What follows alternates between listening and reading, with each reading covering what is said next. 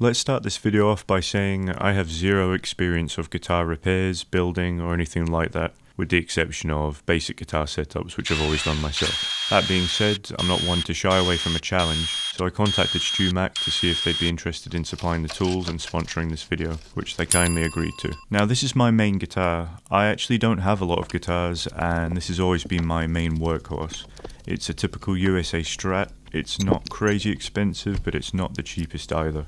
It may have been more sensible to do this on a Squier or maybe a cheap guitar that I don't mind damaging or getting wrong, but there's not many stakes involved with that, and as you can see, this has been leveled twice before and is well overdue a refret. This is a lacquered maple neck, which I've been told are notorious to work on without damaging the lacquer.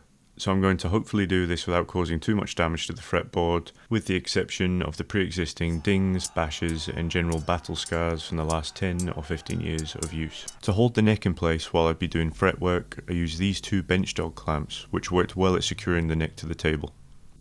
This particular neck has quite a thick layer of lacquer compared to other guitars I've seen, so I wanted to make sure that I'd slice either side of each fret wire to prevent any possible chip out or breakage of the lacquer when I pull the frets later.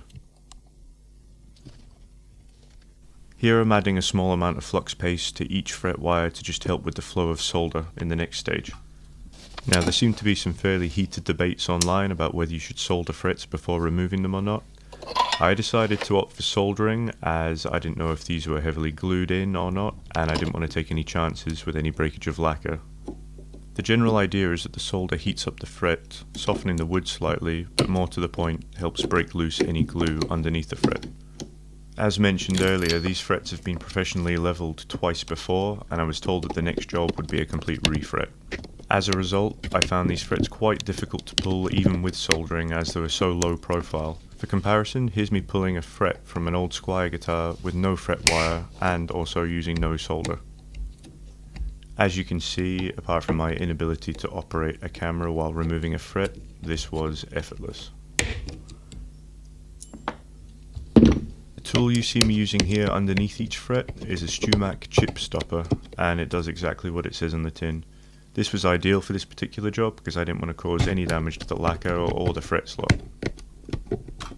As I moved higher up the neck, I found the process of removing each fret became easier and quicker. So, like with many things, practice makes perfect. Although I mentioned this process became quicker, I tested to see how long it would take to remove every fret on the Squier guitar seen earlier, and it took me around 2 minutes. Now, this footage is sped up, so obviously I took a lot longer than that, but I was being a lot more careful and I was using solder. This fret slot cleaning tool and refret saw both help in cleaning any debris that's left in the slot, including any dried up glue. Hopefully this will help the new frets seat correctly. I've also opted to use stainless steel frets as opposed to your typical fret wire material. Although this will be harder to work on, hopefully it will avoid me having to repeat this process anytime soon. The only thing I'm looking to avoid is respraying this neck at the end of this process. I use this small triangle file to slightly bevel the edges of each fret slot. This is supposed to aid in the seating of the new fret and also prevents breakout if you ever need to change the frets again, which hopefully, given that these are stainless steel, I won't have to anytime soon. Here I'm removing the nut, one because the nut slot depth won't match the new height of the fret wire, 2 because I'm going to be using a leveling beam and I don't want the nut to get in the way, and 3, I'm going to be replacing this nut with an LSR rollerball nut, which I'll do at the end of this video, which is why I don't mind breaking the nut, as you can see I did here.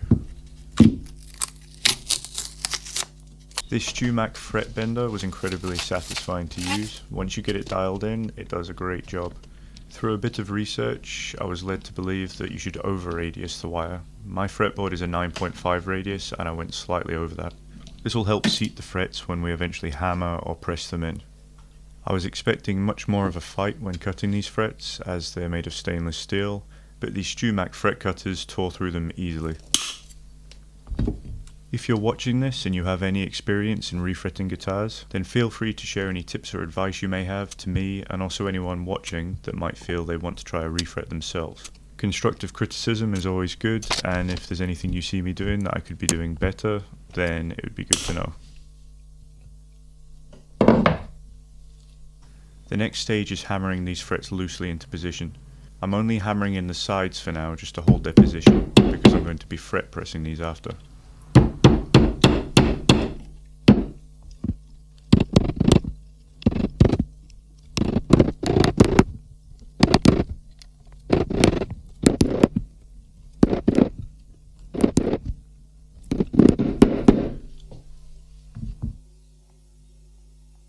Although you could just knock all of these in with a fret hammer, I wanted to use the fret press to make sure there was an even pressure across each fret and that they were all seated absolutely correctly. It's only when watching this footage back that I realised that there was quite a lot of flex in the whole mechanism when pushing each fret down. This is simply to do with the way that I attach the fret press to the table, and is something that I will remedy for the next fret job. Next, I cut off the excess fret wire from either side of the fretboard. This, like many other aspects in refretting a guitar, I found to be very satisfying, although I find changing strings very therapeutic, so maybe I'm just strange. Let me know if you're with me or not on that one in the comments.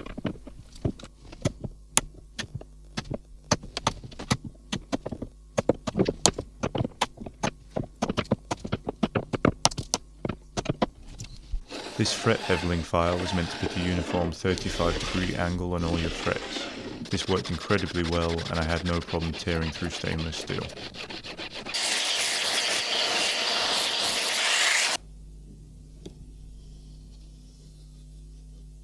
I made a quick truss rod adjustment to straighten the neck before taping up the fretboard for the next stage.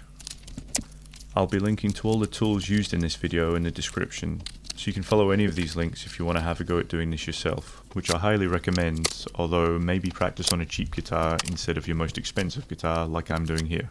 Later on you'll find a few things I could have done better here, although as meticulous as I was being, there were some vital steps which would have prevented me a lot of time and mess later, which you will find out all about at the end of this video. Next, I'm simply drawing on the top of each fret wire with a red Sharpie, so that I can keep track of how much and how well I've leveled each fret in the next stage.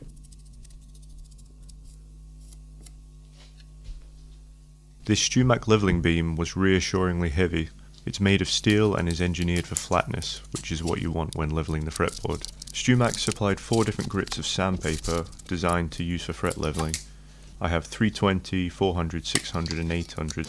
As this was my first fret level, I decided to go with 320, given that I was working with stainless steel frets. The general idea here is to introduce a uniform flatness across the top of each fret along the length of the fretboard. This will ensure that I get a nice low action later on without any unnecessary buzzes, dead notes or any other problems that might arise. In between passes of leveling the fretboard, I'm using this STEWMAC fret rocker. This sits on the top of any 3 frets along the fingerboard. If there's a rock, it tells you that the middle fret is too high and needs to be lowered, so more leveling. Once again, we have to draw on the top of each fret for the next stage, crowning. These STEWMAC crowning files help introduce the roundness back to the fret and bring the flat tops back to a thin line without compromising the height left from leveling. This ensures that when fretting a note, each string rests on the smallest point of contact possible, and the center line also marks the point of intonation of each fret wire, so this is very important for overall tuning across the fretboard. If you're still with me at this point in the video, feel free to drop a like and subscribe. After leveling and beveling the frets, you'll find that you have very sharp fret ends, so what we're doing here is called fret dressing. This fret dressing file effectively takes off any burrs left from any of these previous stages. It leaves a nice smooth fret end so that when you run your hand up and down the neck while playing, you don't hurt yourself, which obviously makes for a far nicer playing experience. There's a bit of technique involved with fret dressing, so I'm not ashamed to say I watched plenty of STEWMAC videos before attempting this myself. And while my technique was far from perfect, I felt far more confident as I moved up the neck. Maybe because I've got no real point of reference, this being my first fret job, but I did expect to struggle with stainless steel a lot more than I did. It didn't take more than a few swipes on each fret to round them off nicely. I can only really put this down to the quality of tools I'm using. Now it's time to remove any scratches left from the crowning and polish the frets up. For this, I really went to town and experimented with as many different methods as I could find online. You can use different grits of sandpaper, but I opted for fret erasers, which also come in different grits. I was being careful here to only polish the sides of the frets and do very minimal polishing on the top of the frets, as I didn't want to remove too much material from the tops of the frets because they were leveled perfectly. Next, I used some of these micromesh pads supplied by STEWMAC, going from grit 6000 all the way up to 12,000. I worked up and down the fret ends the entire length of the fretboard. I'm using a file here to make a slight indentation in the center of this fret polishing wheel, with the hopes that it doesn't skid off each fret so easily. This FLITZ metal polish compound was recommended in a STEWMAC video, so I thought I'd give it a go.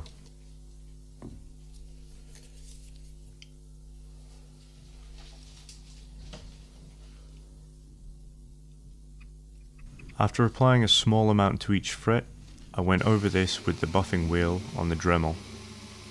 This definitely helped bring out the shine of each fret and definitely took the polishing process to another level. Now I could have easily stopped at this point as I felt the frets were where they needed to be, but as this was my first time refretting, I wanted to experiment a bit, so I picked up this tip from a STEWMAC video where you rub a real piece of leather with some polishing compound up and down the length of each fret. This not only polishes but also burnishes each fret, and I was surprised once again to see the shine pop even more and the feel of each fret was far smoother. It's at this stage where I needed to install the new nut. For this I made some careful measurements with a micrometer, made my marks and got sawing. As the shape of the roller nut is bigger than the existing nut slot, you have to permanently alter the nut slot to accommodate this. I took my time with this process, as any mistake here could really affect the intonation and basically render the instrument useless. Now the normal point of contact for intonation is at the end of a nut. On a rollerball nut, this is in the middle, which is another reason why you need to make the nut slot bigger. The reason why I opted for a rollerball nut over a more traditional nut is mainly for tuning stability. On a traditional nut, the strings can get caught in the nut slots, which is that small high-pitched pinging sound sometimes you hear when you're tuning or even bending a string. This issue doesn't happen on a rollerball nut, as each string glides along two very small ball bearings. With each rollerball nut comes small metal shims which you can use to raise the action of your nut. As I was careful when cutting the depth, I found when restringing the guitar at the end of this process this wasn't necessary, as I had the correct string height above the first fret. Now when taping up the neck I mentioned I made a few mistakes. This was ignoring the advice I'd seen in many videos before. One bit of advice was to run the tape along a piece of clothing first so it didn't stick so much to the fretboard. And two, if I simply just ran one piece of tape along the length of the fretboard connecting each piece of tape, I could have just pulled it off in one go. As you can see, this left quite a mess and took a while to pick each piece of tape off. But luckily I had to clean the fretboard anyway, so naphtha, otherwise known as lighter fluid, to the rescue. After a quick setup, I found I was able to get the action lower than I'd ever been able to get it before, and there was virtually no buzz across the entire neck. The intonation was fantastic, and overall I'm really happy with how this went. This refret video was actually the beginning of a much more ambitious project, which I hope to show you all soon, so if you've noticed I've not uploaded in a while, that's why. So be sure to get subscribed and turn on notifications so that you don't miss the video when it goes live. Until then, thanks for watching, and I'll see you in the next one.